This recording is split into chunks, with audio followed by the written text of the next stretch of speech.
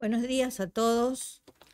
Em, Hoy nos convoca un tema eh, muy interesante por distintos motivos. Una de las cosas que a mí me llamó la atención cuando pensé en este tema es que si bien hace su desarrollo el tema del superyo y del ideal del yo, no aparece en el título de 1923 del yo y el ello. Sin embargo, es un concepto y sobre todo su incidencia en la clínica que yo diría que recorre toda la obra, que va acompañando la obra freudiana. eh, y citaría otro hito para entender este concepto, diría yo, del cual hoy nos vamos a dedicar fundamentalmente a cómo se presenta en la clínica. Citaría otro hito que es Introducción del narcisismo. Y se va complejizando el concepto para, en los últimos trabajos de Freud, por ejemplo, es considerado como obstáculo para la cura, pero también es necesario apelar al mismo para entender fenómenos tan complejos como las creencias y las ideologías, que seguramente los invitados nos van a hablar también de ese tema. Es ineludible a la hora de pensar en las identificaciones y también en afectos por los cuales somos consultados en muchas ocasiones, como la culpa y la vergüenza en relación al superyo y el ideal. Para hablar de este tema hemos convocado a dos apreciados colegas de la institución. Quiero aclarar que el doctor Trzeslansky está con un pequeño resfrío y por eso lo hemos liberado de esta actividad. Le deseamos que se mejore pronto, seguramente nos está viendo. Y nos acompaña el doctor Alberto Cabral y el doctor José Sauvaler. Ambos son miembros titulares de la Asociación Psicoanalítica y en el caso del doctor Cabral fue director del Instituto Ángel Garma de entre 2013 y 2016, dicta seminarios y lo más interesante para mí, y que fue motivo de la convocatoria, es que además de tener varios libros, como por ejemplo Lacan y el debate sobre la contratransferencia, tiene un último libro que es El perdón y sus límites, del año 2020. Un tema poco trabajado en el psicoanálisis y estimo que en directa relación con el tema que hoy nos convoca. También tiene participaciones en otros libros en colaboración, y quiero destacar dos entradas en el Diccionario Argentino de Psicoanálisis justamente sobre lo imperdonable, volvemos al tema de la culpa, y del deseo del analista. Tiene artículos que pueden ser consultados en la revista Calibán, en Docta de la Sociedad de Córdoba, en la revista uruguaya, en la revista francesa, en la revista portuguesa, etc. Y por supuesto ha dictado seminarios en nuestra institución durante mucho tiempo. En cuanto al doctor José Sauvaler,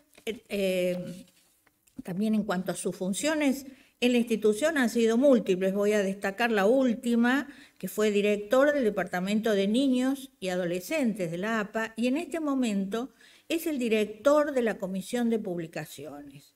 También es autor de varios libros, como Psicoanálisis de la Televisión o La Erótica del Dinero, pero quiero destacar particularmente que en sus funciones de director de la Comisión de Publicaciones acaba de aparecer un libro sobre fanatismos y carismas, en la cual interviene también en este libro el doctor Cabral, Encrucijadas. Y quiero recomendarlo especialmente, el libro ya está en su etapa de preventa, ¿no? Y listo para que todos compartamos y seguramente va a ser muy interesante. Bueno, les voy a dar la palabra por orden alfabético pero antes quiero decirles que nos acompaña Shirit Bolinsky, que va a coordinar las redes a las distintas redes por las cuales estamos comunicados, esperamos lleguen muchas preguntas y seguramente nuestra idea, como siempre, es que se establezca un diálogo con todos los que participan de esta actividad. Alberto.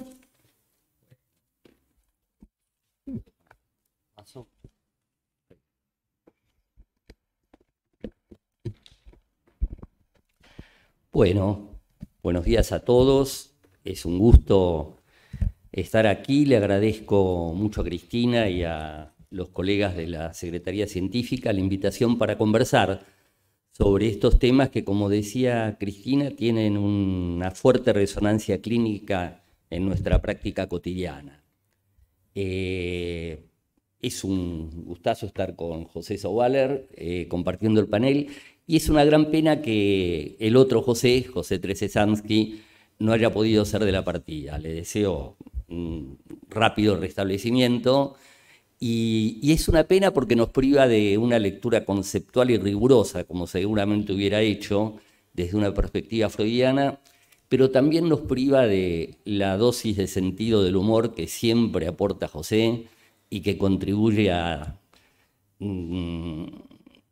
aligerar climas rígidos en este tipo de actividades. Bueno, yo me interesa en todo caso abordar esta problemática por la vía de preservar la distinción entre las nociones de ideal del yo y superyo. Un poco guiado por la idea de que por algo será, vamos a decirlo en esos términos, que Freud apeló a dos términos diferentes. Más allá de que, y creo que eso es algo que seguramente vamos a poder conversar, yo voy a tratar de dar un poco mi perspectiva al respecto, más allá de la equiparación que en los hechos opera en el yo y el ello, en el capítulo 3, cuando lo titula el yo y el superyo, y entre paréntesis coloca el ideal del yo. Ahí parece haber un movimiento de equiparación de las dos nociones. La lectura que hace Lacan apunta a resguardar la tensión, inclusive diría la polaridad, la contraposición entre las dos nociones que por algo Freud se vio llevado a apelar a dos términos diferentes. Para ir arrimando el bochín, podríamos decir que la noción de ideal del yo se hace cargo de lo que podríamos pensar como una función benéfica, entre comillas, benévola, entre comillas, en el aparato, en la subjetividad. Digo benévola, benéfica, en el punto que es una función que Freud tiende a ligar a una dimensión normativa, pautadora en el aparato, y que en esa vía promueve una tendencia a una inserción razonablemente adecuada del sujeto al medio social, cultural al que pertenece, por la vía de la internalización de aquellos rasgos normativos de la cultura de la que participa y que forman parte del conjunto de identificaciones que se agrupan en el ideal. Podemos decir que, un poco risueñamente, que la elaboración de la noción de ideal del yo en esta perspectiva supuso desde Freud una suerte de anticipación avant la lettre de lo que sería la microfísica íntima sobre la que se sostienen esos procesos que décadas posteriores la antropología, la sociología también, estudiaron bajo el rubro del determinismo cultural. Para ser muy breve, simplemente una acotación, es toda una orientación en la antropología, en la sociología, que rompe fuertemente y cuestiona con las perspectivas evolucionistas, hasta biologistas de abordaje de los agrupamientos humanos, y considera que más que la biología, más que la existencia de valores trascendentes y universales, cada cultura proporciona a los sujetos que forman parte de ella las normas, las pautas que de alguna manera regulan su participación en la inserción y en la vida cultural. Es la misma situación por la cual la sociología, la antropología estudian que, bueno, no depende tanto de los bienes y de las posesiones materiales, el registro de bienestar, de dicha de cada sujeto, sino básicamente del grado en que esos bienes, del grado en que esas posesiones, del grado en que esos logros, podríamos decir también, participan del espectro de valoraciones positivas del propio ideal. Y es por eso que un niño sioux puede sentirse muy orgulloso de tener 10 caballos en su poder, y por ahí un chico de Barrio Norte, educado en un colegio angloparlante, probablemente con 10 caballos, pero sin un BMW y sin las vacaciones en Punta del Este, se puede sentir la última cucaracha del mundo. Lo digo risueñamente, pero me parece que no está de más destacar la incidencia que la noción de ideal del yo tiene a los efectos de suministrar una visión más íntima, más delicada, más ligada a la microfísica, lo digo evocando un poco risueñamente también a Foucault, que sostiene estos procesos que en una perspectiva más macro aborda también la antropología, la sociología. Yo mencionaba este aspecto pautador, regulador, benévolo del ideal, es también lo que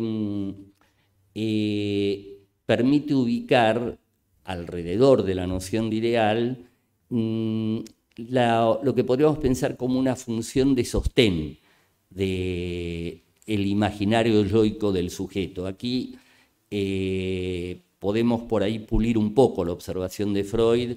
Ustedes la han de recordar en Introducción del Narcisismo, cuando Freud se refiere a la evocación de un humorista de la época,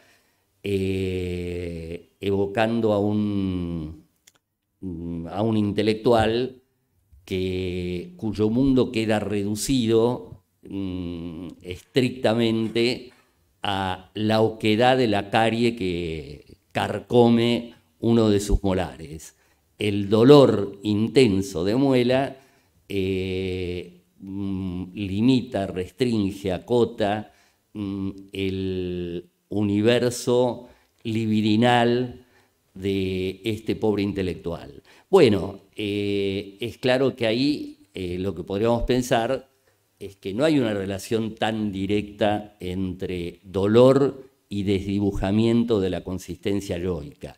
La hay cuando el sujeto carece de una identificación sólida a los rasgos del ideal. Y es así que, bueno, la historia humana, la resistencia a la tortura, por ejemplo, están plagadas de ejemplos en los cuales un sostén sólido en el ideal le permite al sujeto sortear de otra manera, de una manera diferente a la del intelectual ridiculizado por el humorista alemán, le permite al sujeto sortear con entereza ese tipo de ataques a la consistencia yoica que supone, por supuesto, la emergencia de un cuadro doloroso. Tenemos también entre nosotros al bueno de José de San Martín, que no trepidó en cruzar los Andes pese a la úlcera, pese a la infinidad de afecciones corporales, somáticas, dolorosas que lo aquejaban. O sea que traigo esto para ubicar también desde esta perspectiva esto que evocaba como la dimensión benéfica, benévola del ideal. En este caso, en tanto sostén de en última instancia, de la consistencia yoica. Bueno, primera función, normativa, benévola.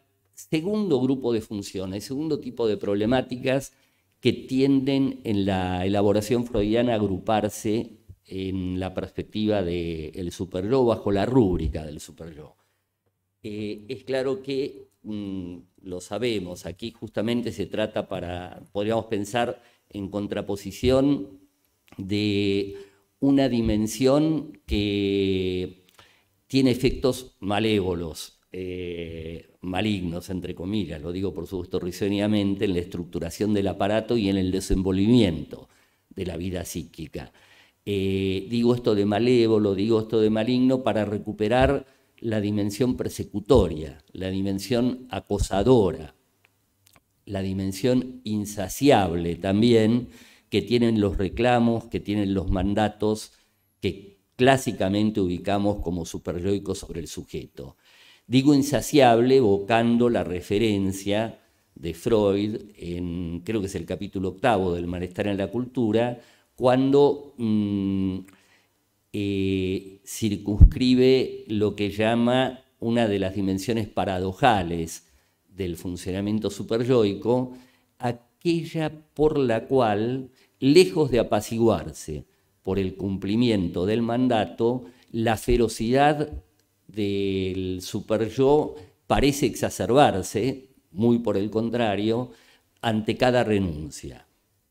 En ese punto es que hay algo del orden de lo insaciable en los requerimientos del superyo y que, bueno, me parece que acá podemos agrupar todas las problemáticas que en la elaboración freudiana parecen más ligadas a las patologías graves, las melancolías, las neurosis obsesivas severas, donde el sujeto parece atravesado por la dimensión imperativa que pasan a asumir lo que Lacan ubica como enunciados discordantes. Me parece que es interesante esta formulación, es una de las primeras aproximaciones de Lacan a la problemática del superyo, cuando sugiere que la actividad del superyo se vehiculiza vía enunciados discordantes, esto es, enunciados que podríamos decir reman contra la corriente de lo que es el sostén ético, el sostén moral del sujeto en cuestión. Y todos conocemos las descripciones clásicas del sujeto profundamente creyente y que aparece atravesado por enunciados que hablan de la Virgen puta, Dios puto, etcétera, etcétera. En cada universo cultural se sustancian enunciados con esta característica discordante y que forman parte de lo que es el funcionamiento superyoico. Espero poder retomar después esto. Lacan no ubica tanto al superyo como una estructura, sino como una modalidad particular de funcionamiento, que está caracterizada por estas notas de lo imperativo, de lo riguroso y sobre todo de ese carácter insaciable que pide más, más y más. Estamos bien con el tiempo, ¿no? Bueno, es claro que para referirse, para distinguir estos dos grupos de funciones, no fue necesario esperar a Freud, mucho menos a Lacan. La cultura, en ese depósito de sabiduría que son los refraneros, y el refranero español es muy rico al respecto, me parece que nos da una pauta rica en relación a esta distinción que ya se había operado mucho antes de Freud, mucho antes de Lacan, mucho antes del psicoanálisis. Sobre todo en la perspectiva de los contenidos contradictorios de refranes, de proverbios populares. Hay un capítulo del Quijote, en la segunda parte del Quijote, donde Sancho, a lo largo de una carilla larga, habla exclusivamente por refranes, por proverbios. Hay muy pocas intercalaciones que son las que le permiten ir hilvanando un refrán con otro, con otro, con otro. Y en esa carilla y media larga, extensa, aparecen muchos refranes contradictorios que justamente Sancho aprovecha para generar una situación hilarante. Dos de ellos, muy conocidos, hay otros que no llegaron casi a nuestros días en la práctica habitual, todos lo conocemos, al que madruga Dios lo ayuda. Bueno, aquí tenemos una norma benigna, podríamos decir, una pauta que adecuadamente internalizada resguarda al sujeto del desorden al que puede convocarlo el goce de la fiaca, en términos de Talesnik, de Norman Brisky. Al que madruga, Dios lo ayuda. Es una pauta ordenadora para todos nosotros. Si nos despertamos temprano, ponemos un paciente a las 8 de la mañana, otro a las 9 de la mañana, se nos ordena el día en una forma más adecuada que si tenemos que abroquelar toda nuestra práctica entre las 10:30 de la mañana y las 10 de la noche. Ahora, es interesante, todos lo conocemos, que está también el otro. No por mucho madrugar amanece más temprano. Parecen contrapuestos y me parece que es interesante porque el no por mucho madrugar amanece más temprano aparece como un resguardo, una advertencia en relación al exceso que puede vehiculizar el intento por madrugar cada vez más temprano para estar segurísimos de que vamos a recibir la ayuda de Dios. Como si el segundo refrán de alguna manera apelara a la facilidad con la cual la buena norma contenida en el primero puede fácilmente desvirtuarse y de ordenadora pasar a ser un gestor del desorden en la vida psíquica del sujeto, que lo puede llevar al insomnio, que lo puede llevar al huercalcoholismo, y que de alguna manera parece también condensado en lo que adquirió posteriormente Estatuto de Refrán, y que es una frase de Voltaire muy rica, que Lacan trabaja en distintos momentos: lo mejor, enemigo de lo bueno. Ahí donde lo bueno, en un carácter genérico, podría evocar el conjunto de normas, el conjunto de valores que se condensan en el ideal, esa referencia a lo mejor como enemigo de lo bueno es también un anticipo, podríamos decir, de ese espíritu insaciable superyoico que puede carcomer desde adentro la orientación pautadora y normativa que puede circular en la referencia al bien. Doy un ejemplo en ese sentido y me parece que es interesante esto porque alrededor de esta vía es que podemos entender, al menos es mi lectura, que Freud se era visto llevado a, después de un primer momento de distinción a través de dos términos, de dos funciones contrapuestas, ideal del yo y superyo, a equipararlas en el título y en el desarrollo de ese tercer capítulo del yo y el ello. Como si dijéramos que de alguna manera esto también se espeja en ese otro proverbio, en ese otro refrán de que el camino del infierno está sembrado de buenas intenciones. Las buenas intenciones del ideal no bastan para que quedemos exentos de quedar parasitados por el empleo, la fagocitación que el superyo puede hacer de enunciados que en su contenido, en su significación, son aparentemente pautadores, estructurantes. Lacan hace una referencia interesante en ese sentido en muchos lugares, pero evoco una en el seminario 8, en el seminario de la transferencia, trabajando, profundizando, intentando formalizar la problemática del amor, evoca lo que es una de las formulaciones más fuertes en la cultura occidental y que es la que debemos a Santo Tomás de Aquino, cuando nos dice: el amor es querer el bien del otro. Lo dice en latín, tiene más fuerza. Amare huele bonum aliqui. Amar es querer el bien del otro. Bueno, es una forma muy cristiana, muy benévola de evocar la temática del amor, y efectivamente podríamos decir que en una primera aproximación, quien ama quiere el bien del otro al que ama.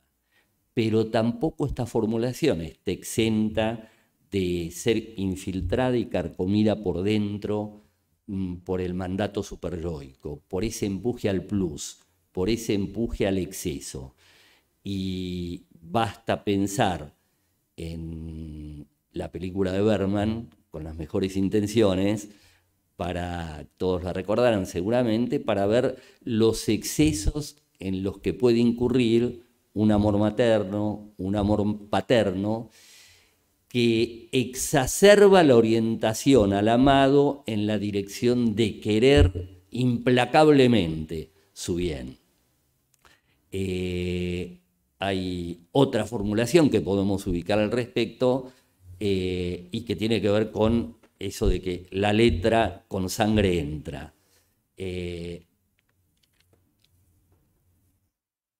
¿Perdón? Sí. ¿Cuánto tengo?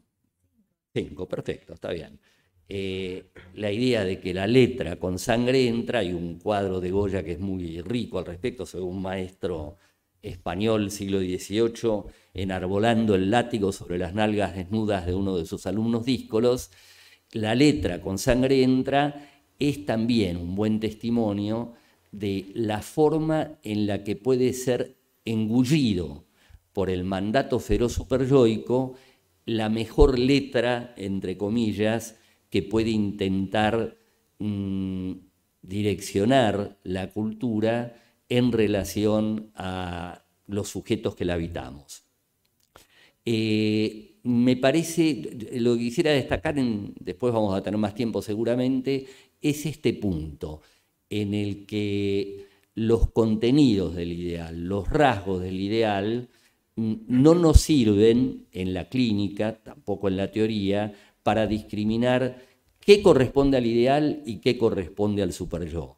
Porque, insisto, estos testimonios que estaba intentando aportar desde una perspectiva cultural, me parece que son muy ricos a la hora de pensar el sutil deslizamiento que puede producirse en el mejor de los enunciados hacia un lugar de enunciación ya no pacificante, ya no pautante, sino generando ese clima, esa atmósfera de malestar que Lacan reconduce a una dimensión gozosa en el sujeto que solo apela a obedecer y como contragolpe de esa obediencia encuentra una renovación y una amplificación de la ferocidad del mandato inicial.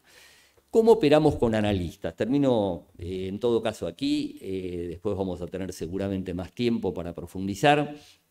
¿Cómo operamos como analistas en relación a estas dimensiones de ferocidad del superyo? Bueno, es un preguntón, espero recoger tips que me ayuden en la cotidianeidad, pero bueno, es un hecho que yo tomaría el peso, la significación que tiene una llamada a pie de página también en el yo y el ello, cuando Lacan reconduce la dificultad de operar analíticamente con el sentimiento inconsciente de culpa, con la necesidad inconsciente de castigo. Podríamos decir que son todos campos ligados a la órbita superyoica, y nos dice que son situaciones muy complejas, de muy difícil tramitación analítica, que en aquellos pocos casos en los que pueden ser reconducidos a la identificación con una figura parental, queda más despejada la vía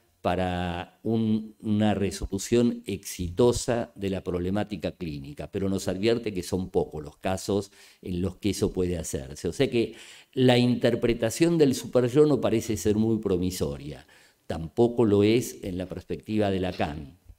Me parece que hay algo del orden de las intervenciones del analista en la perspectiva de de propiciar un acotamiento del goce implicado en este funcionamiento superyoico, que pueden resultar más promisorias cuando se pueden generar en el tiempo y la forma adecuada.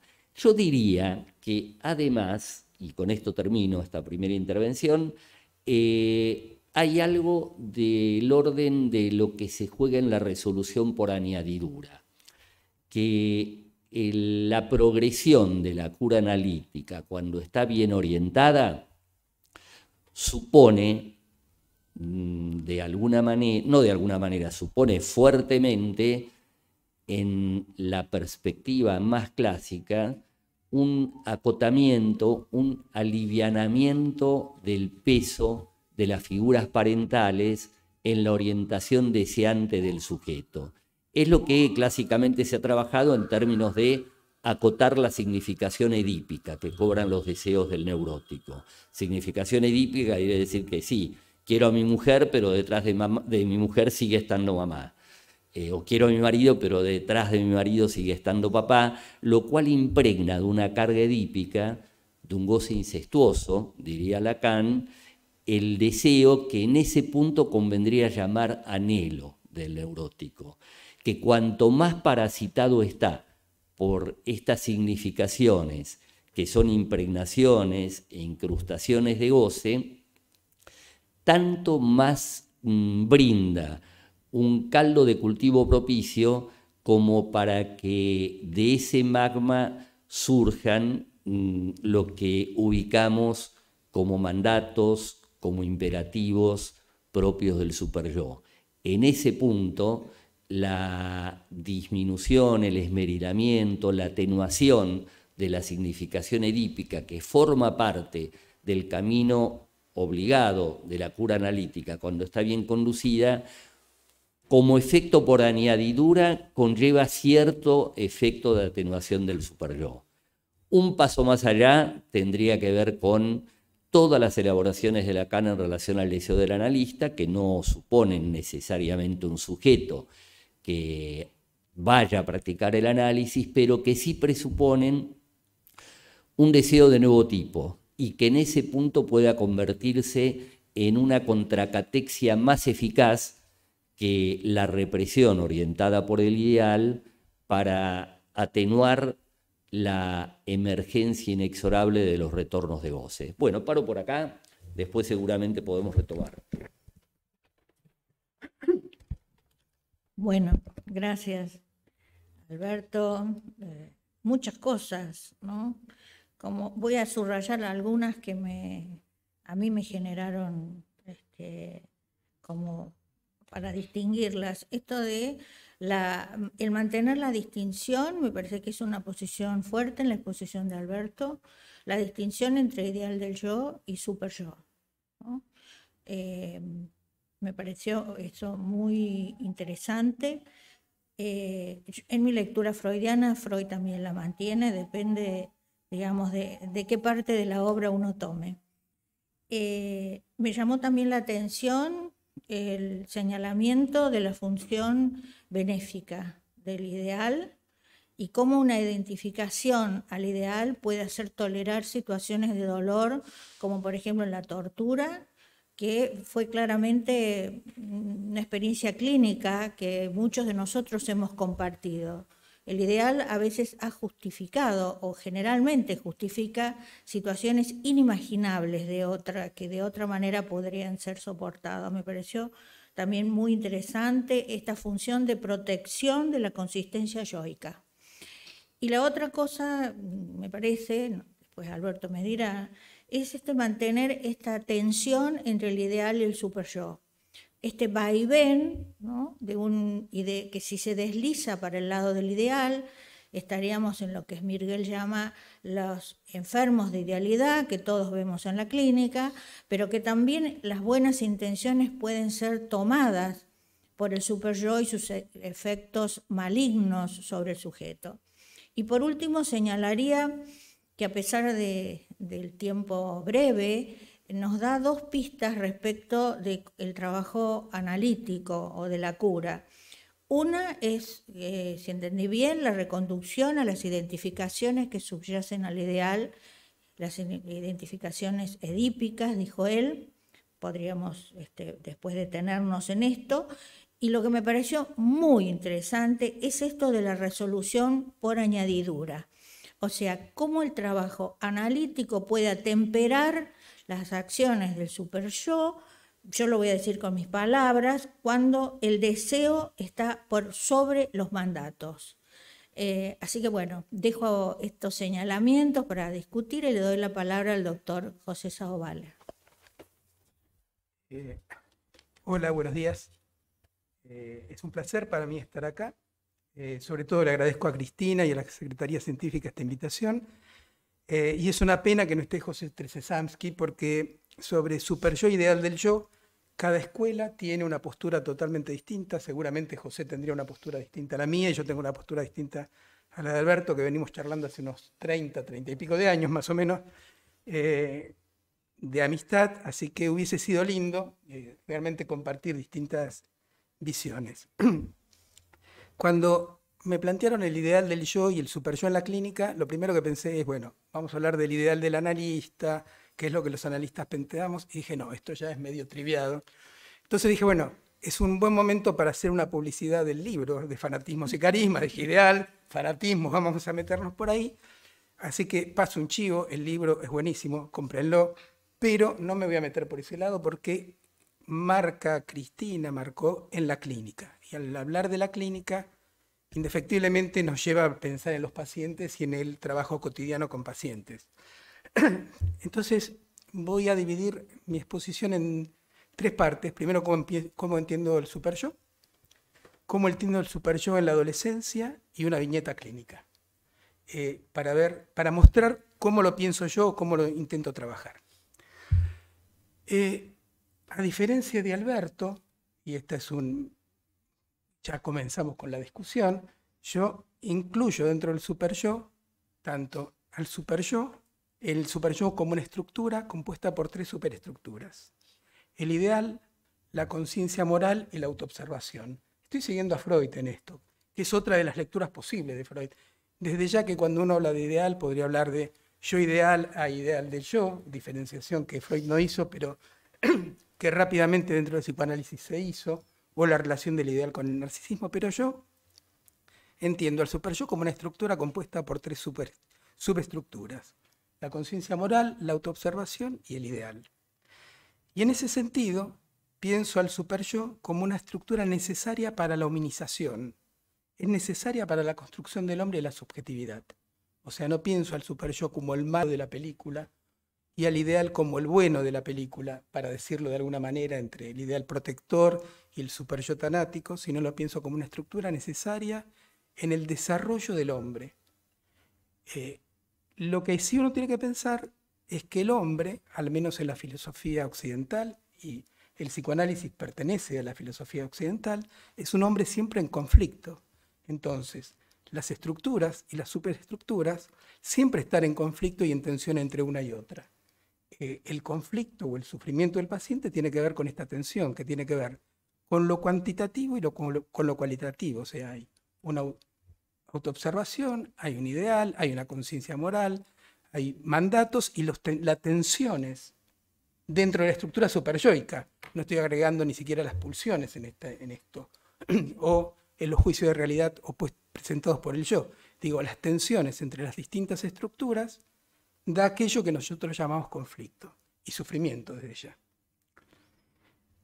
Digo que entiendo al superyo como una estructura necesaria para la hominización y entiendo que esta estructura puede desarrollarse o no desarrollarse, o desarrollarse de una manera frustra. Creo que la falta de superyo o la carencia de superyo o la frustración en el desarrollo del superyo, nos daría la psicopatía vera, la sociopatía vera, para pensar en lo que sucede también en la sociedad y en la clínica. Las estructuras, en mi modo de ver, se desarrollan evolutivamente. No estoy pensando en la lógica, por ejemplo, kleiniana, de un superyo temprano o d'emblée. Estoy pensando en el desarrollo de una estructura a lo largo del desarrollo del sujeto. En ese sentido, creo que de la misma manera como en el autismo, algo del yo puede frustrarse y no desarrollarse y quedar subsumido en un magma, algo del superyo en determinadas estructuras puede no desarrollarse y tenemos patologías propias de la falta del desarrollo del superyo.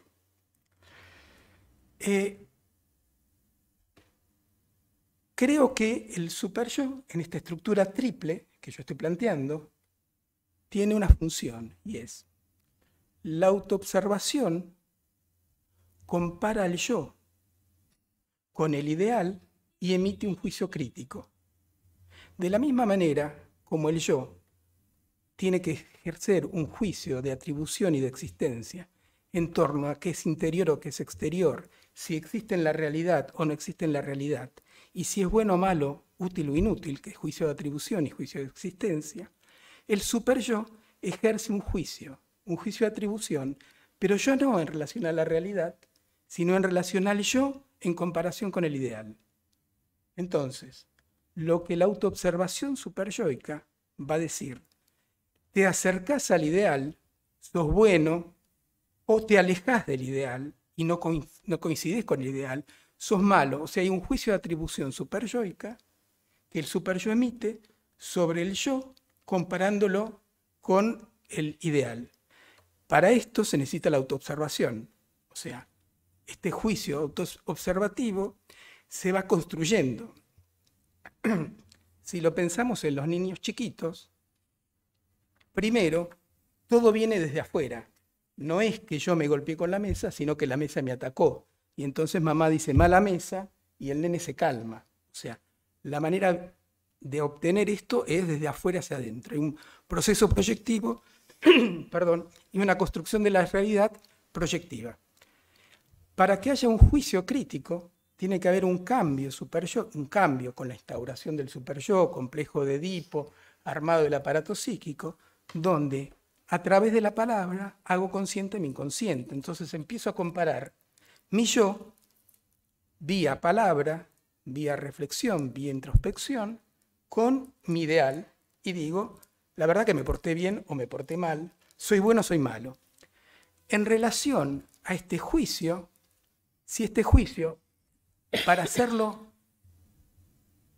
entendamos lo que le estamos haciendo en una charla de 10 minutos, así que lo hacemos polarizado y exagerado. Si este no responder al ideal tiene que ver con los otros, genera culpa. Si este no responder al ideal tiene que ver con el yo, genera vergüenza. Como dos vías de afectos parecidos, pero digamos superpuestos, entre que emite el superyo en tanto en cuanto el ideal, el yo no se acerque al ideal. O puedo tener vergüenza, extrema vergüenza, o puedo tener extrema culpa, si es un ataque al objeto. Si mi autoobservación me dice que yo estoy cerquísimo de lo ideal, tengo la palma en el hombro, me siento bárbaro, me gana el mundo, hoy es un día 10. Hasta acá, primera imagen del superyo. Segunda imagen del superyo, yo creo que el superyo, yo en esto lo sigo a Maldaski, que me parece muy interesante, y él hace una grilla pensando en el superyo, una grilla de doble entrada, abscisas y ordenadas. Y me parece que sirve para pensar. Él va a decir, en el eje de las abscisas, quiere decir en el eje horizontal, pone una serie de lógicas superyoicas, lógicas de armado. Habla de un armado totémico, un armado mítico, un armado religioso, un armado de las cosmovisiones y un armado científico del superyo. Quiero decir, si lo pensamos en la lógica totémica, la tribu de la que Sioux, que hablaba Alberto, todos los Sioux somos personas. Los que no son Sioux no son personas. Los caballos son parte del tótem, suponiendo, no sé nada de Sioux. Y entonces tienen el valor de persona. Pero si salen de los caballos y no tengo una relación totémica con ese animal totémico que Freud trabaja en Tótem y Tabú y que pertenece y del cual provengo, no pertenece al mundo. Si pasamos a las cosmovisiones, por ejemplo, religiosas, y pensamos en la guerra musulmana, ¿cómo se llama? Jihad, los que no son musulmanes no pertenecen al mundo y tienen que ser eliminados, o sea, pierden la calidad humana. O los chiitas no son sunitas, entonces se los puede matar. Hay una lógica donde este super yo, en una lógica que se va universalizando, determina qué pertenece y qué cualidades le pertenece y quiénes no pertenecen en ese mundo cualificado. Entonces uno pasa del totemismo a la mística, que es la estructura griega o romana, pasamos a las cosmovisiones religiosas y pasamos a la ciencia, donde supuestamente todos perteneceríamos al mismo armado y sometidos a leyes que no dependen de los deseos individuales. Hay una complejidad en el armado superyoico que va abarcando, y esto sí tiene que ver con lo que dijo Alberto, de cómo la cultura se va introduciendo a través de los mandatos parentales y edípicos dentro del superyo. Hay otra grilla, en esta grilla, dije este es el eje de las abscisas, hay un eje de las ordenadas. El eje de las ordenadas tiene que ver con cómo las pulsiones parciales se representan lógicamente en el aparato psíquico. O sea, cómo se recupera el cuerpo, y esto es lo que yo entiendo como Freud trata de plantear la sexualidad, cómo la sexualidad y cómo el cuerpo es recuperado para ser pensado como lógica psíquica y entonces entrar dentro del comercio asociativo y del comercio de pensamiento y sentimiento. Entonces, si pensamos a las pulsiones parciales, podemos decir que el erotismo fálico-uretral, que tendría que ver con la histeria, tiene que ver con las lógicas estéticas y de la belleza. El impacto que le genera al otro, uno le genera al otro. Entonces podemos decir que para algunas personas, en la lógica superyoica, la mostración estética es fundamental.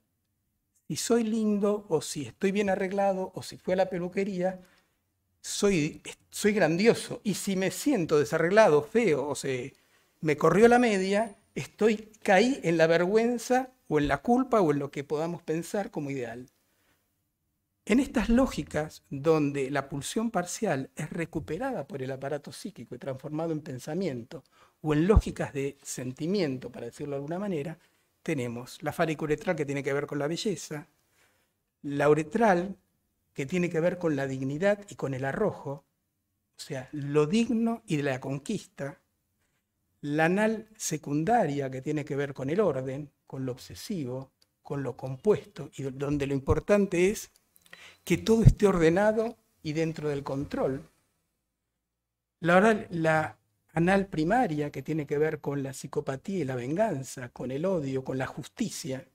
Pensemos en Ricardo III, por ejemplo. La oral secundaria, que tiene que ver con la melancolía y donde lo que se valora es el afecto, el sentimiento, si soy querido y reconocido.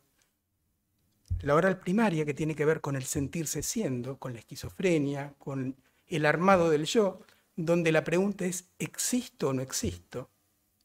Entonces, Maldasky agrega una más, que tiene que ver con el cuerpo, y dice que la lógica tiene que ver con la ganancia, con el número puro, lógica del capitalismo, uno podría decir.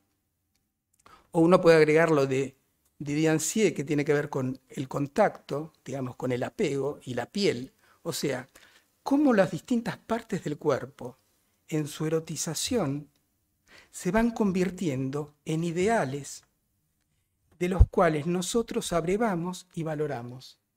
Y entonces tenemos una grilla de doble entrada, donde para algunos lo importante puede ser la dignidad y la conquista, y para otros lo importante es la justicia o la venganza, y pensada en lógica mítica o pensada en lógica religiosa, o en lógica científica. No sé si se entiende. Es como un cuadro al modo de cómo armaba Bion en pensamiento, pero uno va ubicando en esto qué es lo que, cuáles son, desde ya que no hay una cuestión pura, no es que uno es solo belleza y lo único que le importa es la belleza.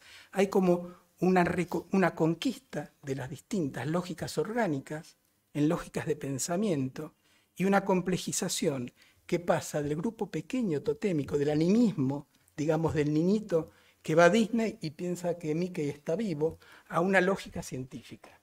Y en estas lógicas superyoicas con las que nos movemos, digamos, con que construimos el mundo y que le damos sentido y valor, todos estamos metidos. Y tenemos como un patchwork de distintos puntos donde uno vale más que otro. Hasta acá, en general, como entiendo el superyo. Espero no haber sido muy denso, porque lo que voy a hablar ahora es de lo que pasa en la adolescencia. Esto es cortito. Y es, en la adolescencia, esta construcción superyoica, que mínimamente se estabiliza hacia el final de la latencia, se derrumba. Y el superyo se desarma. En la adolescencia temprana, los puberes y los adolescentes pierden el superyo. Se arma un despiole. Ya no está muy claro ni qué es el ideal, ni cuál es el grupo que abarca. ¿Cuál abarca? La tribu, los compañeros del colegio, todo el mundo, la ecografía, la ecología, las personas no humanas como son los animales. Quiero decir, hay una confusión donde en las lógicas desde lo totémico hasta lo científico, los adolescentes no saben en qué mundo definirse. De la misma manera, como hay una caída de la autoobservación y un rearmado de la autoobservación que al principio está mucho más centrado en el cuerpo. Nadie se mira más al espejo que un adolescente. Si tiene el pelo bien, si no tiene el pelo bien, si tiene rulos, si se usa rulos, si usa lacio, si le creció mucho la nariz, si tiene granito, si no tiene granito, qué se usa, qué ropa no se usa. Quiero decir, la autoobservación que estaba puesta hacia el exterior, que miraba todo en un momento en la adolescencia, claudica y empieza de partes. Entonces, y de repente puede mirar, y lo mismo pasa con el ideal. Puedo pensar éticas para la sociedad con éticas totalmente distintas para el grupo. El grupo nos permitimos hacer tal despiole en el colegio, pero la sociedad debería hacer tal cosa. Hay como una especie de fractura de el superyo, de estas tres instancias que entran en conflicto y que se rearman.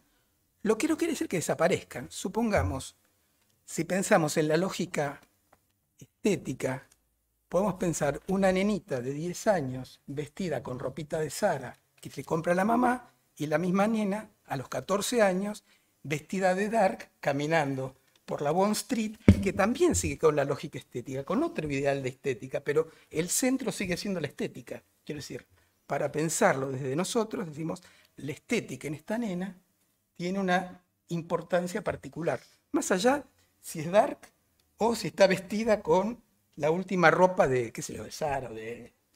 Ahí me pierdo las marcas. Vamos terminando. Dale. Bueno, entonces, les cuento un paciente. Dale. Bueno. Esto se los leo cortito. Santi, este es un paciente que tiene más o menos 8 meses de tratamiento, es un paciente actual. Santi, 13 años, comienza a concurrir cuando le va mal en el colegio y se pelea con los compañeros de un modo violento. Cuando llega a la consulta, está a punto de repetir 7º grado y se está llevando todas las materias de 7º grado. Y aparte está llamado todas las semanas a dirección por alguna otra pelea, y entonces no le darían la reincorporación. Tendría que repetir 7º grado, que es un despiole, porque ustedes saben que actualmente repetir es un quilombo ministerial, porque se plantea que no hay que repetir, y no le darían la reincorporación en el colegio. Santi es el hermano mayor, tiene 2 hermanitos menores.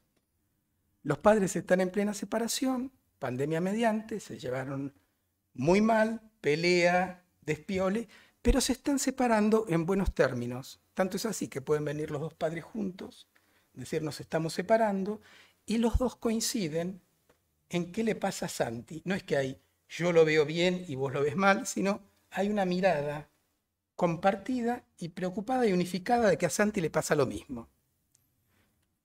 El padre nos cuenta situaciones de extrema violencia en su familia de origen que lo llevaron a tener que irse de adolescente por riesgo de vida. La madre nos cuenta de abandono de su familia de origen hacia ella. Vamos a Santi. Se está desarrollando, es bastante alto, bien, cuidado en su aspecto físico, no se muestra ni muy inteligente ni muy profundo, puede contar lo que le sucede en el colegio de un modo proyectivo. A mí me hacen y yo me defiendo. Niega su participación en distintos comportamientos y despioles en el colegio, padeció encopresis hasta los 8 o 9 años y se lleva 7 materias a diciembre. Para que nos ubiquemos. Cuando lo pienso de acuerdo a las pautas señaladas más arriba, pienso en una fijación anal con pérdida de control, encopresis, con predominio en términos de violencia, venganza e indiferencia hacia los demás y a los que les sucede a los demás. Lo estoy pensando en una fijación oral primaria, más en una línea más psicopática y más de venganza. Hay una proyección paranoide de su decir. Oscila entre una suerte de ideas paranoides con comportamientos psicopáticos, con poca capacidad para contener contenidos mentales, exceso de actuación, anhelo de ganancia material sin esfuerzo. Les voy contando un poco. Espeja la violencia vivida pasivamente por el padre y se pone muy hostil con los hermanos. Este es el panorama. Entonces le reconstruyo una sesión de hace... Cuando me llamaste, hará mes y medio, dice. Santi llega puntual. Me dice que todo bien, bromeamos sobre fútbol, llega vestido de Boca. Boca le había ganado para Alberto, le había ganado River en ese momento, así que bromeamos sobre Boca. Y le digo que la puede llevar, que por esta vez la puede llevar. Me dice que todo bien, que no tiene novedades. Entonces, le digo que me llamó su papá para contarme que tiene problemas con Fran. Entonces me cuenta que Fran es un amigo, que se conocen desde el jardín, que Fran lo carga porque dice que él tiene más plata, que Santi tiene más plata que él y que el papá no trabaja y que es un vago, que es un aprovechador. Se empujan, se tocan, se molestan y Santi me dice, yo le voy a pegar, se me está yendo la mano, me van a echar del colegio, pero no me puedo contener. O sea, sé que voy a terminar en una pelea. Está asustado porque si le pega lo van a echar del colegio. Dice que no puede ser buchón para avisar a la maestra y que por otro lado él se tiene que arreglar solo. Ahí empieza a hablar, estábamos en el Día de la Mujer, no sé cuánto hace, un mes y medio más o menos. 8 de marzo. Y entonces dice que empezaron a hablar de las chicas y que él le dijo a las pibas que ellas eran feminazis. Con lo cual, todas las minas se le tiraron encima, lo quisieron comer, los docentes lo cagaron a pedos, digamos. Esta es la situación en la cual me cuenta de la sesión que comenzó diciendo que estaba todo bien. Mis intervenciones son, por un lado, en términos más bien de broma, digamos, humorísticos. Lo hago en términos humorísticos porque es un chico que no entiende el humor. Entonces, rápidamente lo que es una cargada para él se torna algo violento y entonces empiezo a jugar con un contrasentido tratando de que pueda entender cuándo es broma y cuándo no es broma, ir tratando de diferenciar entre esto y aquello. Y lo que me pongo a trabajar, básicamente, es esta idea de si todos lo persiguen y si todos son hostiles, la idea paranoide superyoica, y es que él se tiene que defender. Digamos, mi propuesta es cambiar. A ver, lo que estoy pensando es cómo cambiar esta fijación anal primaria, vengativa, por algo que tenga que ver más con la dignidad. Y es que en lugar de estar peleándose vengativamente porque me hicieron, pueda sentirse respetado y respetar a los demás. esta es la lógica con la cual trabajo. En este momento no hago interpretaciones, salvo en algún momento que le haga una interpretación en relación al tío violento y que tal él se identifica con el tío violento, no hago interpretaciones profundas inconscientes, sino trabajo el material consciente que él trae tratando de discriminar superyoicamente cuando él es realmente atacado y cuando él se supone atacado pensando que tendría que defender algo que no tiene que defender. Lo cierto es, digamos, lo que intento es cambiar esta situación punitiva donde busca castigo y donde se pone como chivo expiatorio para empezar a recuperar algo de la dignidad, de que ser digno no implica necesariamente agarrarse a trompadas. Lo cierto es que aprobó y pasó de grado y está en la cuerda floja, quiero decir, sigue siendo un chico con dificultades de contener los contenidos psíquicos, de repensarse, pero trabajando en esta línea. Entonces yo creo que sobre el super yo, sí se puede trabajar en una discriminación de cómo se ve él y cómo es él. Cómo se ve él tiene que ver con esta autoobservación superyoica comparado con el ideal. Cómo es él es cómo lo ven los demás y qué es lo que le está haciendo en el colegio. No sé si está claro lo que estoy tratando de decir. Y yo creo que por ahora es una buena línea de trabajo. Okay. Gracias. Bueno, hemos tenido 2 exposiciones que habilitan totalmente el debate. José lo planteó de entrada, que cada posición teórica tiene diferentes concepciones. Él hizo un planteo muy claro respecto del superyo como una estructura, ¿no?, en la que confluyen el ideal, la conciencia moral y la autoobservación. Fue muy taxativo en el hecho de la evolución, de un planteo, ¿no?, evolutivo respecto a la conformación del yo, y dijo como al pasar que se puede el superyo desarrollar o no. Supongo que después hablaremos sobre esto. También hizo una discriminación entre culpa y vergüenza. Habló de puntos de fijación y recuperación del cuerpo y los afectos correspondientes. Después, bueno, lo que es más su especialidad, habló de la adolescencia y también tuvo, digamos, una afirmación contundente como que hay una pérdida del superyo, diríamos una vacilación, podríamos decir, del superyo estabilizado hasta ese momento en la latencia. Hay una caída o un conflicto en la autoobservación. Y lo más interesante también que plantea sobre el final, al igual que Alberto, son de qué manera interviene el analista, ¿no? Y según lo que yo entendí, él utiliza hace una intervención, yo diría muy freudiana, que es enfrentar al superyo y la necesidad de castigo con el humor y hacer esta discriminación entre el humor y la cargada. Me pareció súper interesante para pensar. Y dijo también como al pasar que no hace interpretaciones con contenidos inconscientes, sino que fundamentalmente, por lo menos en este momento, es la relación entre el yo con el ideal, lo cual también me parece como una posición muy interesante para pensar, ¿no?, sobre todo en relación a los mecanismos identificatorios que forman parte tanto del yo como del superyo y del ideal. Así que bueno, no sé, Shirit, si hay preguntas de Facebook, y si no, quisiera que se estableciera un diálogo también entre ustedes, que con 2 posiciones, bueno, con diferencias.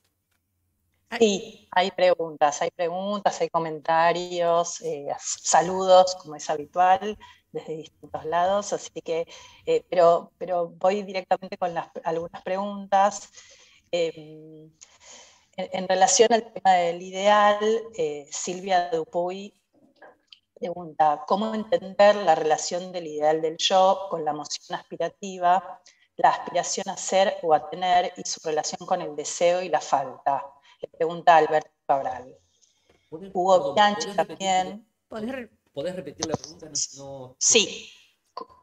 ¿Cómo entender la relación del ideal o del yo con la emoción aspirativa, la aspiración a ser o a tener, y su relación con el deseo y la falta?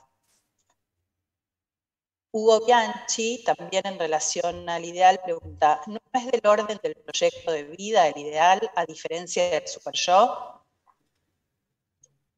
Ana Rosenfeld, en relación al tema de la adolescencia, dice Freud, en la introducción al simposio sobre el suicidio, subraya que ideales escolares patógenos impulsan a los adolescentes al suicidio.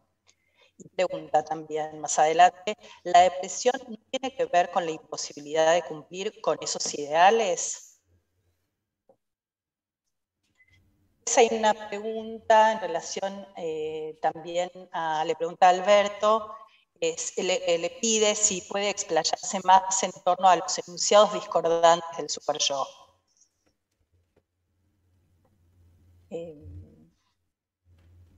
Bueno, creo que ya es bastante. ¿Está bien? Sí, está bien, Giri.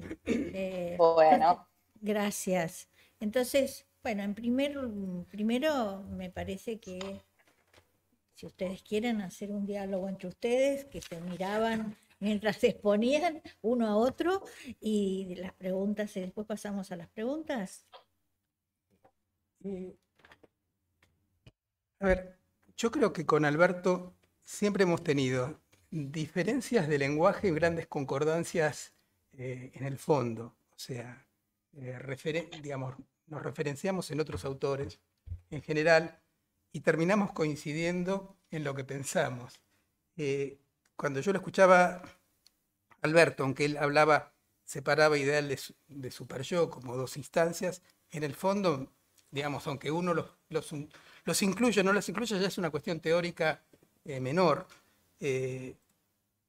Me parece que hay más coincidencias que diferencias. Se refería a refranes bastante. Este pacientito que yo les presenté habla con refranes que escucha del padre continuamente, pero en torno de burla al padre. Entonces, cuando no sabe qué decir, mete un refrán, que es como un saber aprendido y repetitivo, que tiene un dejo de burla a un padre que habla con refranes, como diciendo, bueno, está diciendo algo y no está diciendo nada, de alguna manera. Yo con lo que no coincidiría es con la última postura de Alberto, donde él dijo que sobre el superyo no se puede trabajar.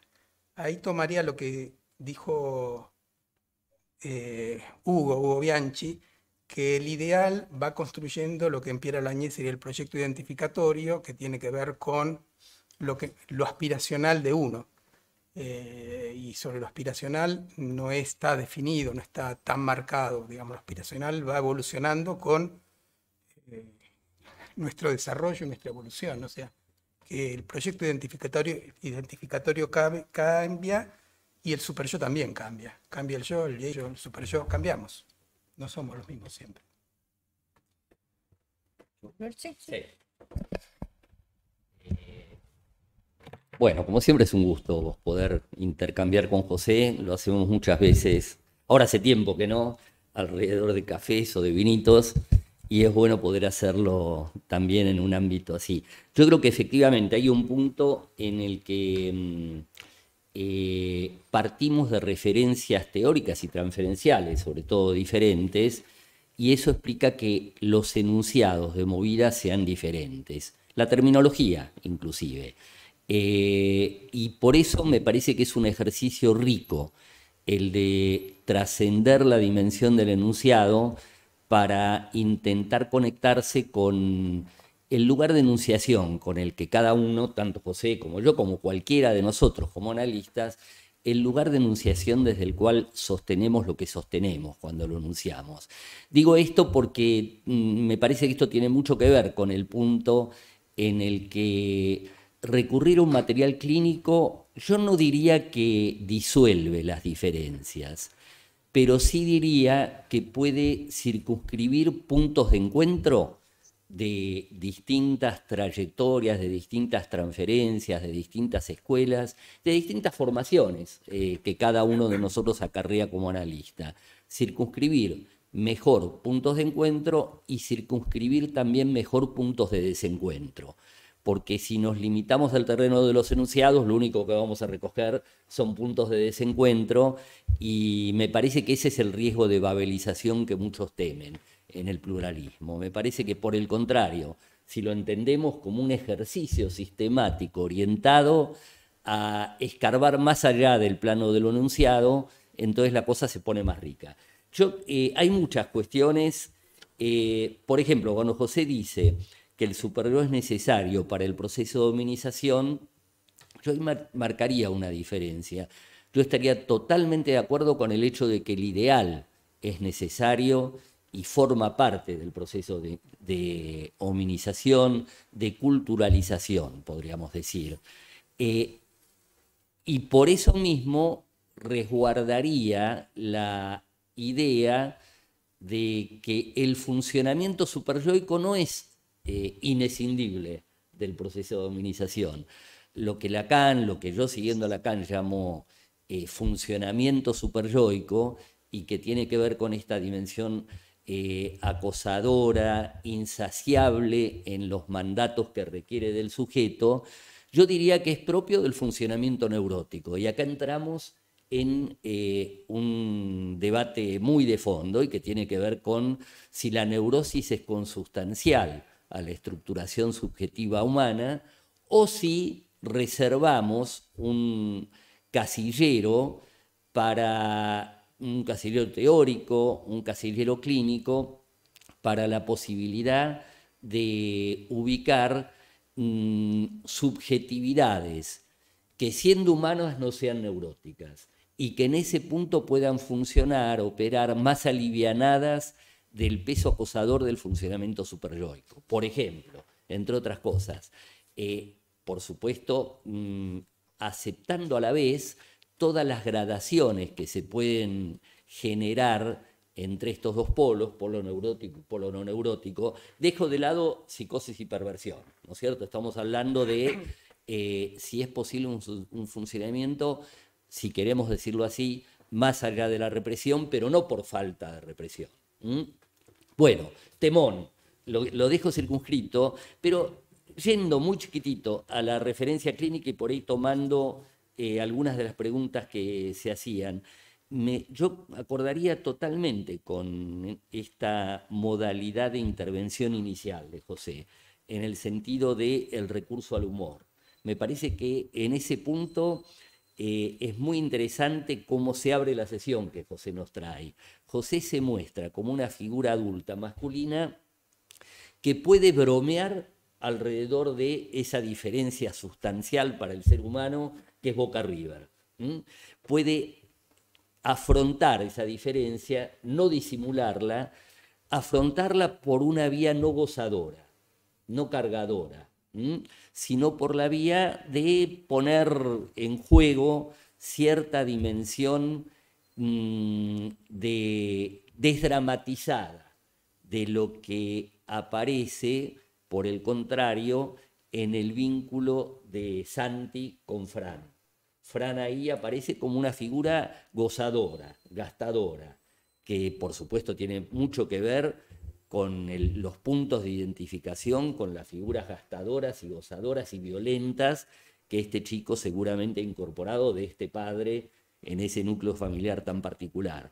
Pero digo que en ese punto me parece que podríamos coincidir. Es una intervención de José que no asume la vía interpretativa, sino que asume algo del orden de una intervención sobre el mismo terreno, explicitación de diferencias, pero mostrando que otra vía es posible, y que no es exclusiva la vía de el gastar, el joder, el hinchar al otro, digamos así, por haber perdido. Si tenemos tiempo, después puedo traer la situación que se me planteó hace 3, 4 años con una paciente gallina hasta el caracú de familia, y que me descubrió en un momento como simpatizante tenue de Boca. Pero yo diría que en este sentido, a mí lo que sí me preocupa, tenemos que verlo en el terreno clínico, cuando José habla de intervenciones en el plano del yo y de deslizar la dimensión de la venganza al plano de la dignidad, son intervenciones que por supuesto conllevan el riesgo de la dirección de conciencia, del adoctrinamiento, en el sentido de promover un ideal que consideramos que es mejor, que superador que otro ideal, el ideal de la dignidad por sobre el ideal de la venganza. No creo que José en la práctica incurra en ese deslizamiento, o sí, todos estamos expuestos a recaer en todo tipo de deslizamientos. Por eso vienen bien estos encuentros. Pero eso es lo que a mí no me gusta tanto de pensar en intervenciones sobre el yo que pueden apuntar a modelar el yo alrededor de ciertos dispositivos de valores que consideramos que son más adecuados o más apropiados que otros que serían más primarios o que serían más patológicos. En ese sentido, bueno, retomo y con esto termino, para retomar lo que traía Silvia Dupuy, Hugo, Ana Rosenfeld, me parece que hay un denominador común, que efectivamente el proyecto de vida, yo lo concibo más ligado al ideal que el superyo, y me parece que todo proyecto de vida puede quedar subsumido, devorado, engullido por la lógica del funcionamiento superyoico. Entonces, por ejemplo, el mejor proyecto de vida puede caer bajo la órbita sanmartiniana, de nuevo, del serás lo que deba ser o no serás nada, cucarachita. Y es claro que eso, retomando la pregunta de Ana Rosenfeld, tendría que ver, me parece, con lo que Ana llama ideales patógenos. Yo no diría que son ideales patógenos, porque ser lo que se debe ser puede ser una orientación interesante en la vida, en el sentido de romper con la mímica social, en el sentido de un ideal de autenticidad, etcétera, etcétera, etcétera. Pero cuando asume este rasgo acosador de que si no lograste ser lo que debería ser, entonces no eres nada, empieza a mostrar una hilacha superyoica que no tiene que ver con un necesario proceso de dominización, sino con la dimensión, me parece a mí, neurótica, tanática en el extremo, que puede empujar a depresiones, que puede empujar a suicidios, etcétera, en el extremo. Pero bueno, paro por el momento acá. Sí, sí. Es muy interesante lo que dijo Alberto. La verdad que, a ver, yo estoy de acuerdo con la idea en esta tensión entre lo neurótico y lo no neurótico en una idea de salud. El sujeto no neurótico, digamos, el sujeto sano. Sujeto sano no significa sujeto sin conflicto. O sea, no es la felicidad. Es un sujeto que puede amar y trabajar, para decirlo en términos de Freud. Ahora, creo que la culpa y la vergüenza son sentimientos necesarios. El asunto siempre es la cantidad. O sea, no pienso, por eso digo, cuando digo que el superyo tiene que ver con la hominización, y uno, si en el superyo ubica el afecto de culpa y vergüenza, uno dice, la culpa es parte del humano normal, como la vergüenza es parte del humano normal. El problema es la cantidad, es una cuestión cuantitativa. Si estás arrasado por la culpa, no es lo mismo, o detenido o paralizado por la culpa, que el reconocimiento del otro y la posibilidad, por ejemplo, de dañar al otro que detiene algo de la culpa. En ese sentido, diría que por eso planteo que el superyo tiene que ver con la hominización. Con respecto a los valores, sin lugar a dudas, yo introduzco valores, porque estoy atravesado por las ideologías, quiera o no quiera. Supongo que es mejor pasar de año que no pasar. Supongo que es mejor para este chico no pelearse que pelear.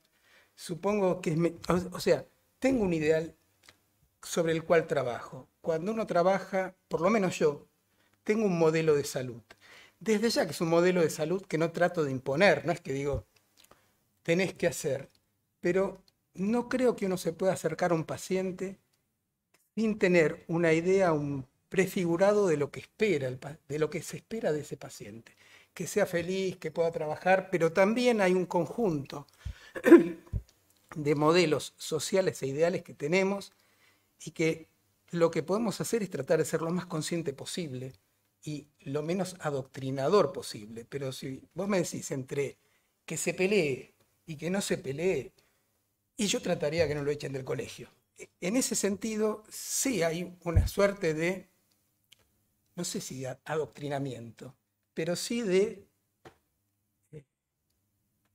dirección mía de un ideal que lo conozco, digamos. Sí, conozco parte, como todo el mundo, conozco parte de este ideal. Y te diría, y sí, hay algo de los valores personales que se juegan, creo que en todo analista, lo sepa o no lo sepa. El asunto es tratar de saber lo más posible. Shirit, ¿hay alguna otra pregunta de nuestros colegas? Sí, hay muchas preguntas. Nos quedan 5 pero, minutos. Bueno, algunas entonces. Para José, en relación al caso de Santi, Antonia Foti pregunta, ¿la lógica superyoica la articularías con lo transgeneracional o con la identificación? Por otro lado, Janet Bizun, también para José, dice, muy buena presentación y formulación articulada de conceptos. Finalmente, la instancia autocrítica es la que determina los destinos de pensamiento. De ahí que Hugo Bianchi refiere a Piero Lanier. Ricardo Spector dice, parece que incluir en la clínica la diferencia entre superyo temprano y superyo heredero del Edipo. Más despacio. Ok. El comentario de Ricardo Spector dice, me parece que incluir en la clínica la diferencia entre superyo temprano y superyo heredero del Edipo ayuda a disminuir el nivel de malos entendidos. Uno prohíbe casi todo y genera inhibiciones y síntomas, y el otro habilita algunas cosas y prohíbe otras. Abel, sí. Dale. No. Abel Feinstein dice, ideales y valores son imposibles de soslayar en el tratamiento de niños y adolescentes. José dio ejemplos. Amisochi dice, absolutamente de acuerdo con José, posible anular la subjetividad. No es posible, perdón, anular la subjetividad. Bueno, hay muchas más. Está bien, Shirit, porque ya no... ¿Está bien? Sí, así le damos tiempo a José y Alberto si quieren decir algo y cerramos. Gracias. Antonia, perdón, Antonia Foti. Lo ubico claramente en lo familiar, digamos, tengo referencias porque tuve entrevistas y tengo entrevistas más o menos seguidas con los padres que demandan, o sea, yo los llamo, pero ellos llaman también, o sea, hay claramente identificaciones familiares y juego familiar. De lo transgeneracional, qué sé yo, no podría hablar de la abuela y de la bisabuela, pero con los padres me alcanza por ahora. Lo que diría a Ricardo Spector, yo entiendo el planteo de un superyo temprano, prohibidor y completo, que es, digamos, este superyo prohibidor kleiniano, d'emblée, de comienzo, y luego que será morigerado a lo largo del desarrollo y entrando en un superyo edípico. Cada vez pienso más en los chicos en una lógica más evolutiva, más a los Stern o a los Spitz o al desarrollo del aparato psíquico más que un aparato formado de comienzo y que tiene que ser morigerado. Entiendo que son lógicas de pensamiento, quiero decir, es como yo pienso, pero entiendo el concepto que plantea Ricardo desde una lógica más kleiniana, neocleiniana. Es otra manera de pensarlo y también te da elementos de trabajo, qué sé yo, pero es como uno va conceptualizando los chicos. Bueno, brevísimo. Sí, una pena que ya estemos terminando, ¿no? Porque se está poniendo lindo. Yo retomaría esto que traía Ricardo, ¿no? Yo creo que es, de nuevo, es un enunciado que proviene de una herencia transferencial diferente. A mí me resulta muy rico para pensar justamente el superyo temprano, el superyo severo arcaico de Melanie Klein, como un elemento íntimamente ligado a lo que entiendo por superyo. De hecho, los primeros desarrollos de Lacan en relación al superyo se apoyan justamente en una recuperación que después modifica, que después reelabora, pero en sus pasos iniciales, podríamos decir, para orientarse en la problemática del superyo, tienen mucho que ver con las referencias kleinianas al superyo severo arcaico. El primer tiempo del Edipo, en la distinción clásica de Lacan, tiene mucho que ver con la presencia de esa figura acosadora del superyo severo arcaico. Y el superyo, posición depresiva, lo digo rápidamente, nos entendemos, es el que Lacan ubicaría como más ligado a la dimensión del tercer tiempo del Edipo. Cuando se accede a ese tiempo del tercer tiempo del Edipo, ese tiempo del Edipo en el que la prohibición, más que prohibición, es habilitación, donde la prohibición, al igual que el reglamento para jugar al fútbol, es lo que permite jugar al fútbol más que aquello que impide tocar la pelota con la mano. En ese sentido me parece que esta distinción kleiniana la podría traccionar interesadamente en la línea de esta distinción entre ideal del yo y superyo, que trataba de mantener y de tensar. Respecto a lo que traía José y que retoma Anabel y a mí, por supuesto que la subjetividad del analista es imposible de soslayar en la dirección de la cura. Pero todos sabemos que hay formación del analista y que uno de los aspectos centrales de la formación del analista apunta a depurar la subjetividad del analista. Depurarla quiere decir que esté lo más despojada posible de dimensiones de goce y que esté lo más advertida posible la figura del analista, y acá coincido con José, de aquellos aspectos que no pudo resolver, pero que se mantienen y que pueden operar inevitablemente en su función. Ahora, por ejemplo, esto que traía José, seguro, suponemos que es mejor para un chico de séptimo grado pasar de grado que no pasar de grado. Ahora, ¿cómo abordamos esto? Me parece que una cosa distinta es abordarla en forma directa y no mediada, y otra cosa es apuntar a apoyarse en las dimensiones de malestar que, por ejemplo, a Santi, que más que Santi es Diabli, porque tiene todas las características de una identificación, una figura gozadora en distintos planos, pero me parece que un abordaje distinto podría tener que ver con el hecho de apoyarse en el malestar, en la contrariedad íntima que a este Diabli, que es Santi, le genera el hecho de eventualmente repetir de grado. Porque eso le puede proporcionar a la intervención del analista, yo diría hasta un soporte ético, en términos de que sale al encuentro de un malestar del cual uno como analista intenta advertir al paciente. Y eso me parece que es distinto y que pule la cuestión de trabajar con los propios ideales o con los propios valores. Pero listo. Totalmente de acuerdo. Sí. Bueno, muchas gracias a todos los que nos acompañaron, a Alberto y a José desde ya. Le deseamos pronta recuperación a José Tresersaski, que seguro que va a ser así. Y bueno, en realidad esta presentación ha sido una apertura a un montón de otros temas que tendremos en cuenta, y esa es la idea, no dar conclusiones cerradas, sino abrir el debate y la discusión. Así que bueno, muchas gracias Sigrid por el enorme trabajo que implica coordinar las redes, que estamos en simultáneo con Zoom, con Facebook, presencial, de todas las maneras. Nos vemos el próximo martes. Gracias.